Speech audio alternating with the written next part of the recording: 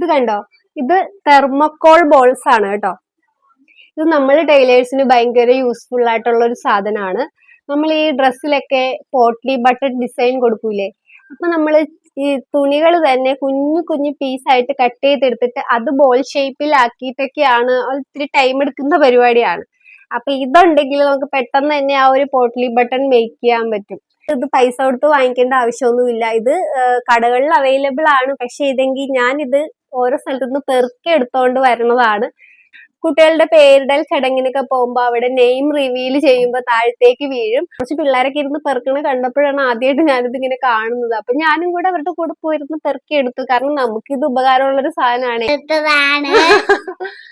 അല്ലാതെ അമ്മ എടുത്തല്ല, ഞാൻ കൊറേ എടുത്തതാ. അതുകൊണ്ട് ഞാൻ എടുത്ത് കൊടുത്തതാണ്. അവളാണ് ഇത് ആദ്യമായിട്ട് ഇത് പെറുക്കി എടുത്തത്. അപ്പോഴാണ് എന്റെ മനസ്സിൽ ലഡു പൊട്ടിയത്. അമ്മക്കിത് വേണോന്ന് പറഞ്ഞിട്ടാണ് ഇറക്കി കൊടുത്തത്. ഇത് പല സൈസിൽ അവൈലബിൾ ആണ്. പല സൈസിലുള്ള പോട്ട്ലി ബട്ടൺ നമുക്ക് ഇതുകൊണ്ട് മേക്ക് ചെയ്യാൻ പറ്റും.